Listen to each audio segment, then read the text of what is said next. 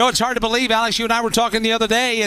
We were just at Phoenix. We were closing down a season and saying goodbye to everybody, wishing everybody a happy Thanksgiving and Merry Christmas. And we had New Year's, and we turned the calendar page, and just like that, we're kicking off another racing season, and we've got 36 races that will be staged. 35 after this one.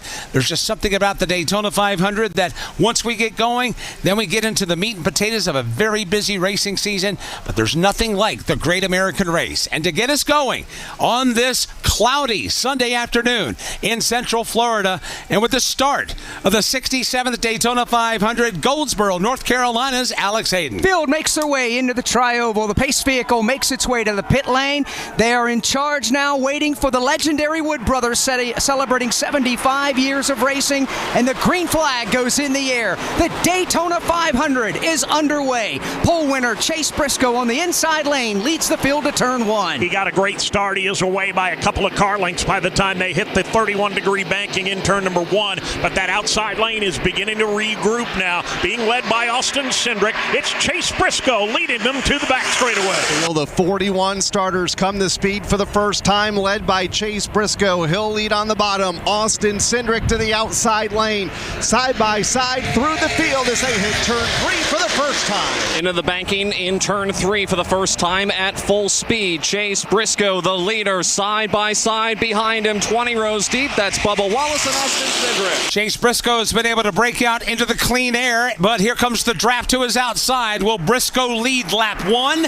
Yes, he will, but perhaps not for long, because here comes that outside line led by Austin Cindric, full steam ahead for them. He's got a lot of drafting help on the back bumper, but Chase Briscoe is strong downstairs as well with drafting help from Bubba Wallace and William Byron. He continues to lead by a car length. Eric Jones just behind the first driver in the outside lane of Austin Cindric. They try to pull back up alongside race leader Chase Briscoe, who continues to lead by a car length from a shove from Bubba Wallace. Briscoe still has the advantage in the lead into turn number 3. Now for the second time, Bubba Wallace and Austin Cindric continue to dance side by side for the runner-up spot off turn 4. And the car on the outside, Austin Cindric, really impressed with that car, guys. That thing really was fast in the 150-mile qualifiers the other day. He ran it hard throughout the race, ended up winning that race. And some of these guys that are always locked on the front row, they always take it easy. In some cases, they pull off the track during the 150s, but not Austin. Ran hard the whole time, run that car right to the front and won that race. Lap number 2 at full speed, 194 miles an hour as they hit the Daytona Super Stretch. No change at the front of the field. It is still the Toyota of Chase Briscoe leading the way all by himself out front. Everybody else stacked up in their rows of 2. Bubba Wallace giving the leader Chase Briscoe a little bit of a bump draft going into turn 3. Now Wallace and Briscoe jump from the inside of the racetrack up to the top lane as they exit turn 4. 2-car breakaway. 2 of the fastest cars so far in Speed Weeks have been Chase Briscoe and Bubba Wallace. Wallace sitting right on the back bumper of Chase Briscoe as they race across the line.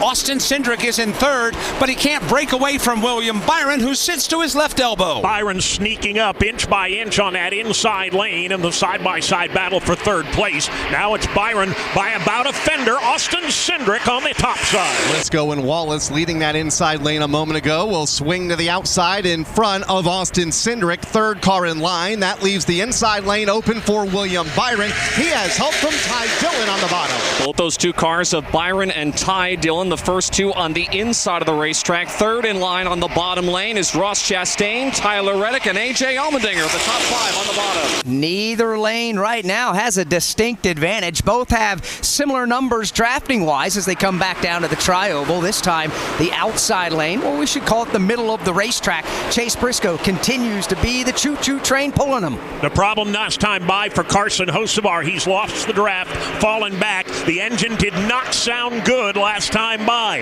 At the other end of the field, it continues side by side for the lead. See a new leader next time by. Here comes William Byron, full head of steam inside of the racetrack, and the inside lane getting an advantage now on Chase Briscoe, who leads the outside. William Byron now to the lead here in the Daytona 500. He goes from the bottom of the racetrack and swings upstairs. That leaves the bottom open for Ty Dillon. Dillon wants to lead the 500. Well, right now, guys, I don't see anybody out of shape. Everything looks real good. The cars look stable out there right now. And the track is actually pretty cool. So the cars are really hooked up and they're handling really good right now. But they got to run about 46 laps on fuel. So expect them to go as far as they possibly can, I think, in this first run before they start making their pit stops. Everybody is in the lead pack except for Carson Hocevar. Alan Caban, is there a problem on his car? The initial report from Hocevar was that there was no fuel pressure. The team's not scrambling down here. I'm looking for more information right now, but the initial report, no fuel pressure initially for Carson Hocevar. That's a bitter pill to swallow right now for that team. But, Rusty, if there's a good thing, it is only lap 5. It gives them plenty of time to get this diagnosed. Yeah, you got that right. In fact, this morning I was coming up the elevator with Jimmy Johnson, and we noticed in the 150, he pitted really early, ended up going a lap down. He thought the car was running out of gas. He told me there's a rubber O-ring in the fuel tank. That O-ring broke. It was sucking air, and that's what was causing his problem. The team found it. They fixed it, and that could be one of the same things happening with Carson also. You never know. Fuel starvation, things like that can cause it. But with Jimmy Johnson, a 10-cent O-ring, Mike, that's what had his problem on Thursday. Absolutely unbelievable that something like that could create such a big ripple effect. They were double wide, Kyle Rickey. Now they're 3 wide at the front of the field. A third lane has formed in the outside lane, led by Austin Cindric. In fact, they're 3 wide, about 9 rows deep. Austin Cindric on the outside lane has got his teammate Joey Logano tucked up right behind him. They lead the top side of the racetrack. Off turn number 4, the inside lane is the one that will surge ahead, if only by a car length. Right down at the bottom of the racetrack, Ty Dillon has the Colleague Racing colors at the front of the field. Middle lane is spearheaded right now by William Byron. Ty Dillon back in the NASCAR Cup Series in 2025, leading the way in the Daytona 500, but maybe not for long.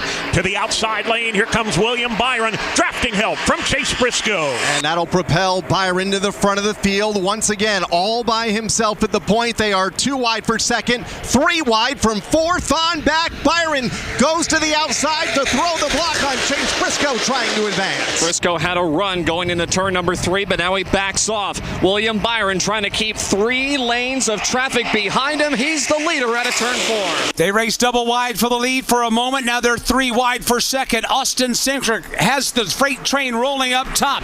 You got Chase Briscoe in the middle, Ty Dillon at the bottom, William Byron right in the middle lane. Now will pull down to the inside to block that advance. William Byron, the meat and the sandwich, but he will shoot that gap and pull forward into a side-by-side battle for the lead. Byron in the middle lane, Cindric up high, Ty Dillon trying to fill the bottom. Austin Cindric to the extreme outside lane in that 3rd row of traffic that forms up on the back straightaway. Nearly 3 wide for the race lead, with Ty Dillon on the bottom, William Byron in the middle, and Austin Cindric topside. They are 3 by 3, about 10 rows deep, as William Byron now exits the middle lane and goes back down to the bottom. Austin Cindric still trying to move forward on the top side of the racetrack. Aggressive racing early on. These drivers getting after it, and now the caution flag flies. Caution on the speedway for the first time.